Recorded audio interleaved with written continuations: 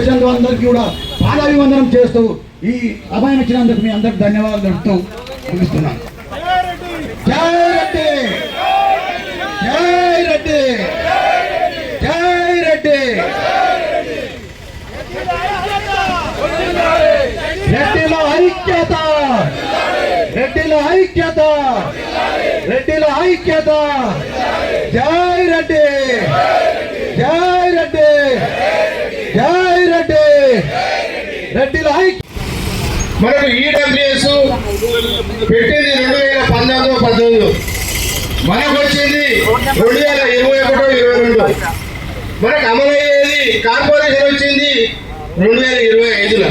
కానీ ఇప్పటిదాకా ఒక నిధులు లేవు, ఒక చట్టబద్ధత కలిగించినటువంటి కమిటీ లేదు. ఈరోజు అన్ని విద్యలో కానివ్వండి, ఉద్యోగాలలో కానివ్వండి, ఇంకా ఏ విషయాలలో కూడా మరి ఈడబ్ల్యూఎస్ పూర్తి స్థాయిలో అమలు అవుతుందా లేదా అతి గతి లేదు. మరి గవర్నమెంట్ ఏ గవర్నమెంట్ అయినా కానీ ప్రభుత్వం అనేది వచ్చినప్పుడు జాతీయ స్థాయిలో కూడా ఈడబ్ల్యూఎస్ కమిషన్ ఏర్పాటు చేయాలనే ఒక డిమాండ్ ఈ రోజు ఇక్కడ రెగ్యులేషన్ కూర్చున్నది. అదేవిధంగా టెట్ కానివ్వండి, ఉపాధ్యాయులు కానివ్వండి, ఇంకా ప్రతి ఒక్క దాంట్లో మాకు ఏంది, మాకు ఒక కమిషన్ ఉంటే ఆ కమిషన్ అబ్జర్వ్ చేస్తుంది. రాష్ట్ర స్థాయిలో ఒక కమిషన్ ఉంటే, ఈడబ్ల్యూఎస్ కమిషన్ ఉంటే ఈడబ్ల్యూఎస్ సంబంధించి మరి అన్ని విషయాలలో అమలు అవుతుందా లేదా అనే విషయం కూడా ఆలోచన చేస్తారు. కాబట్టి మేము కేంద్ర రాష్ట్ర ప్రభుత్వాలతోని ఈ ఇందిరా పార్క్ రెడ్డి నిరసన దీక్ష నుంచి రెడ్డి సంఘాల డిమాండ్ ఈడబ్ల్యూఎస్ కమిషన్ జాతీయ స్థాయిలో రాష్ట్ర స్థాయిలో ఏర్పాటు చేయాలనేది మా డిమాండ్ అని చెప్పేసి మేము తెలియజేస్తా ఉన్నాము. తీసుకొని చట్టం తీసుకొచ్చింది సోదరులారా. ఈ ఈడబ్ల్యూఎస్ రిజర్వేషన్ రావడానికి కారణమైన S R Sinha, major general S R Sinha commission అనేది 2005లో ఏర్పడ్డది. 2010లో ఆ కమిషన్ ఒక నివేదిక పార్లమెంట్కి ఇచ్చింది, ఆనాటి యూపీఏ ప్రభుత్వానికి. ఆ నివేదికలో ఏం చెప్పిందంటే అన్ని కులాల్లో, అగ్ర కులాల్లో కూడా పేదలు ఉన్నారు కాబట్టి వాళ్ళకు plenty of fund of reservations, plenty of opportunities ఇవ్వాలనేసి అందులో స్పష్టంగా చెప్పారు. దానికి అనుగుణంగానే ఆ ఎస్ఆర్ సిన్హా కమిషన్ అనుగుణంగానే 2018లో ఈనాటి ఎన్డీఏ ప్రభుత్వం ఖచ్చితంగా ఇది అమలు చేయాలనేసి ఈ రోజు మనకు 103వ రాజ్యాంగ సభ ఈడబ్ల్యూఎస్ రిజర్వేషన్ చేసింది. సోదరులారా, ఈడబ్ల్యూఎస్ రిజర్వేషన్ 10% ఓకే, మంచిగా ఉంది. ఇప్పుడు చాలా మంది ఆపర్చునిటీ వస్తున్నాయి. కానీ అందులో కొన్ని ఏ సమస్యలు ఉన్నాయంటే, ఏదైతే ఎస్సీ ఎస్టీ చట్టాలకు ఎట్లయితే రాజ్యాంగ రక్షణ ఉంటుందో, ఏదైతే ఎస్సీ ఎస్టీలకు ఏవైతే ప్రభుత్వ ఉద్యోగాల్లో పోస్టులు మిగిలిపోతే బ్యాక్లాగ్ ద్వారా మళ్ళీ ఆ వర్గాలకు ఎట్లయితే చేస్తున్నారో ఈడబ్ల్యూఎస్ వర్గాలు లేదు. ఈ ఎస్సీ ఎస్టీ బీసీ వాళ్ళకి ఏదైతే స్కాలర్షిప్స్ వస్తున్నారో ఈడబ్ల్యూఎస్ వర్గాలకు లేవు. ఓన్లీ ఈడబ్ల్యూఎస్ వర్గాలకు ఏమున్నాయంటే 100 పోస్టులు ఉంటే ఒక 10 పోస్టులు ఇచ్చి సూపర్ న్యూమరీగా మనకు అవకాశం కల్పించారు. కానీ రాజ్యాంగ పరంగా వాళ్ళకి ఇచ్చిన రక్షణ లేదు, వాళ్ళకి ఇచ్చిన అవకాశాలు మనకు ఇయ్యలేదు. కాబట్టి ఈ రోజు ఆ అంశం మీద ప్రధానంగా డిమాండ్ చేస్తున్నాం.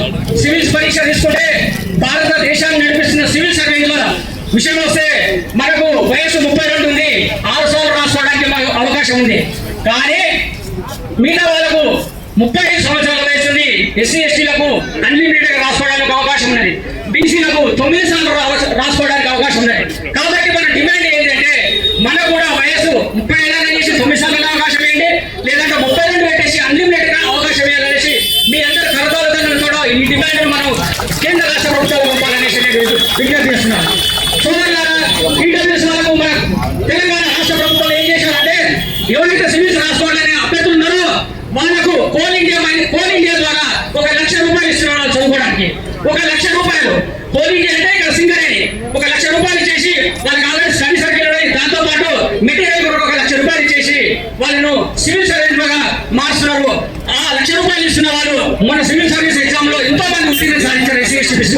కాబట్టి మన డిమాండ్ ఏంటంటే ఈడబ్ల్యూఎస్ వర్గాలు కూడా కోల్ ఇండియా ఏదైతే ఉందో వాళ్ళకి ఇచ్చినట్టు 1 లక్ష రూపాయలు మెటీరియల్ కాస్ట్ చేయాలనేసి మీరు అందరూ కూడా ఏకగ్రీవంగా కరతాలతో మీరు సపోర్ట్లతో మీరు కేంద్ర రాష్ట్ర ప్రభుత్వాలకు విజ్ఞప్తి చేయాలి. రాష్ట్ర స్థాయి రెడ్లందరి తరఫున నాయకులందరం వచ్చి మీకు విజ్ఞప్తి చేస్తా ఉన్నాం. ఇమ్మీడియట్ గా మీరు ప్రభుత్వ ఉద్యోగాలు 1 లక్ష ఉద్యోగాలు ఫిలప్ చేయాలని అంటున్నారు. కాబట్టి అత్యంత అవసరమైన సమయం ఇది. కాబట్టి ఈడబ్ల్యూఎస్ వర్గాలకు ఇక్కడ మేము ఏదైతే 5 డిమాండ్లు పెట్టామో అవన్నీ ఇమ్మీడియట్గా చేయాల్సిందే. అవన్నీ కూడా మీ రాష్ట్ర ప్రభుత్వానికి సంబంధించిన అవసరమే. ఈడబ్ల్యూఎస్ కేంద్రం ఒకటి చెప్పింది, రాష్ట్రం ఒకటి అమలు చేస్తుంది. కాబట్టి కేంద్రం ఏం చెప్పిందో అదే ప్రకారం మీరు చేయండి అనేసి మా మొదటి డిమాండ్. రెండోది ఏంటి అంటే కేసీఆర్ ప్రభుత్వం 2 సార్లు మనకు ఏదైతే రెడ్డి కార్పొరేషన్ ఇచ్చిందో 2 సార్లు వాళ్ళు మనకి ఇవ్వలేదు. ఈ ప్రభుత్వంలో మీరు పార్లమెంట్ ఎన్నికల ముందు మీరు ఇచ్చారు కాబట్టి ఖచ్చితంగా పాలక వర్గం ఏర్పాటు చేసి మేము ఏదైతే 5,000 కోట్ల డిమాండ్ తోటి 10 సంవత్సరాలు ఉద్యమం చేసినాం.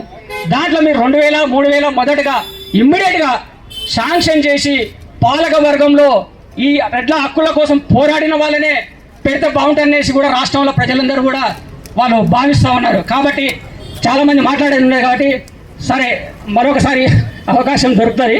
కాబట్టి మీరు ఈ డిమాండ్ల మీద మీరందరూ కూడా మిగతా రెడ్డి సంఘాల నాయకులు 10 సంవత్సరాలు రోడ్ల మీద పోరాడిన వాళ్ళు ఉన్నారు. కాబట్టి వాళ్ళు కూడా ఈ డిమాండ్ల గురించి చెప్తారు.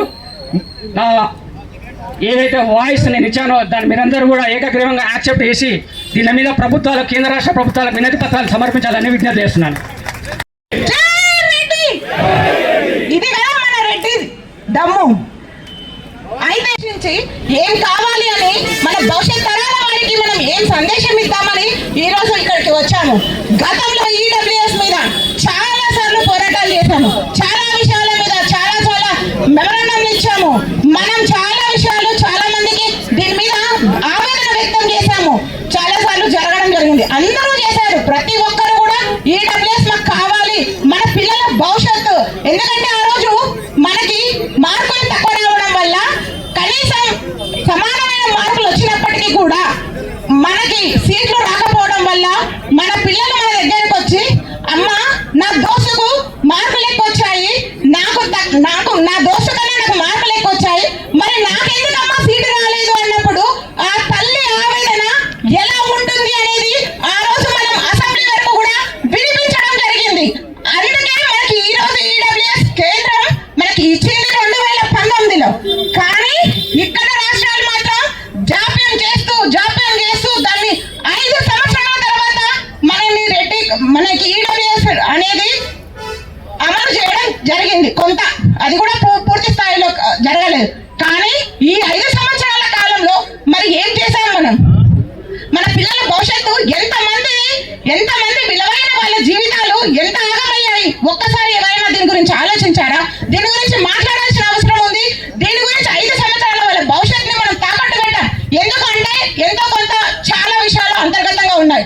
ఆ విషయాలన్నీ మనం ఈరోజు ఇక్కడ మాట్లాడే సందర్భం కాదు. కాబట్టి ఇకనైనా రెడ్డి కార్పొరేషన్ అనేది కావాలి. మనకు కావాలా వద్దా? రెడ్డి కార్పొరేషన్ ని సాధించాలంటే మరి ఏం చేయాలి? కనీసం మన భవిష్యత్తు, మన పిల్లల భవిష్యత్తు, వాళ్ళకు కనీసం ఉద్యోగము, హాస్పిటలైజ్డ్ అయితేనో, వాళ్ళు విదేశాలకు వెళ్ళాలి అంటేనో 5దో 10దో వాళ్ళకి కావాలి. మనం సాయం చేయాలి. ఎవరైనా ఎవరి సంసారాలు వాళ్ళే, ఎవరి సంసారం ఎవరి బాధ్యతలు వాళ్ళే. మనం ఎవరికో 5 లక్షలు 10 లక్షలు తీసుకపోయి ఇచ్చే స్తోమత మనకు లేదు. ఎవరికి ఇక్కడ ఉన్న వాళ్ళకి కూడా ఎవరికి లేదు, ఇవ్వడం కూడా కుదరదు. కాబట్టి కనీసం మనము 5,000 కోట్ల రూపాయలతో రెడ్డి కార్పొరేషన్ ని సాధించాలి అన్న లక్ష్యంతో ఈ రోజు మనం ఇక్కడికి వచ్చాం. అది సాధించే వరకు మన ఉద్యమం ఆగకూడదు. ఏమంటారు? కాబట్టి ప్రతి ఒక్కరు ఆ లక్ష్యంగా మనం పనిచేద్దాం. ఈడబ్ల్యూఎస్ ని పూర్తి స్థాయిలో అమలు చేసే విధంగా మనం పనిచేద్దాం. ఇంతకుముందు కట్టమ్మ గారు చెప్పినట్టు చాలా విషయాలు చాలా క్లుప్తంగా వివరించడం జరిగింది. ఆయన సబ్జెక్ట్ ఉంది కాబట్టి నేను ఎంత మాట్లాడగలుగుతున్నానో అంతా మీకు చెప్పగలుగుతున్నాను. కానీ మనమందరం మాత్రం ఖచ్చితంగా ఏకమైతే ఈ రోజు ఇంతమంది ఉన్నాం. నెక్స్ట్ సభకి మొత్తం కూడా ఇందిరా పార్క్ దద్దరిల్లే విధంగా మనం ప్రోగ్రామ్ కార్యక్రమాన్ని నిర్వహిస్తారు.